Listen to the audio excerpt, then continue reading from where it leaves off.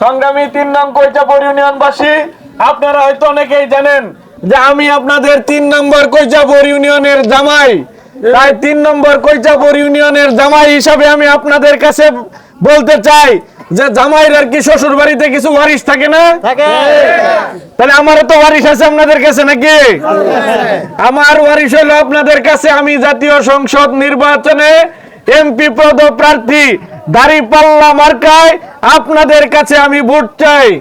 আর আল্লাহ যদি আমাকে নির্বাচিত করেন, আপনাদের দোয়া এবং ভালোবাসায় আল্লাহর রহমতে ইনশাআল্লাহ আমরা কথা দিচ্ছি হালুয়াঘাটে সর্বপ্রথম যে ইউনিয়ন থেকে উন্নয়ন শুরু হবে সেটা হচ্ছে 3 নং কৈচাপুর ইউনিয়ন। কারণ আমি 3 নং কৈচাপুর ইউনিয়নের জামাই হিসেবে তখন আমার কাছে আপনাদের দাবি থাকবে, তখন আপনারা দাবি নিয়ে আমার কাছে যেতে পারবেন ইনশাআল্লাহ। আমি কথা দিচ্ছি আল্লাহ যদি সুযোগ দেয় 3 নম্বর কৈচাপুর ইউনিয়নের চেহারা পাল্টে দিব ইনশাআল্লাহ।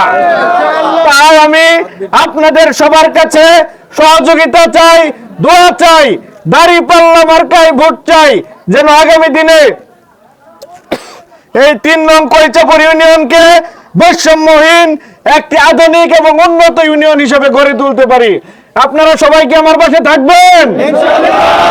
আপনাদের সবাইকে অসংখ্য ধন্যবাদ। আসসালামু আলাইকুম ওয়া রাহমাতুল্লাহি ওয়া বারাকাতুহু।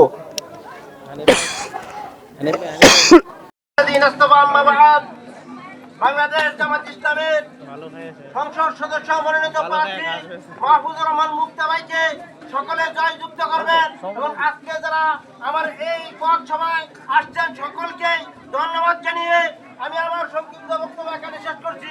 আসসালামু আলাইকুম ওয়া রাহমাতুল্লাহি ওয়া বারাকাতুহু।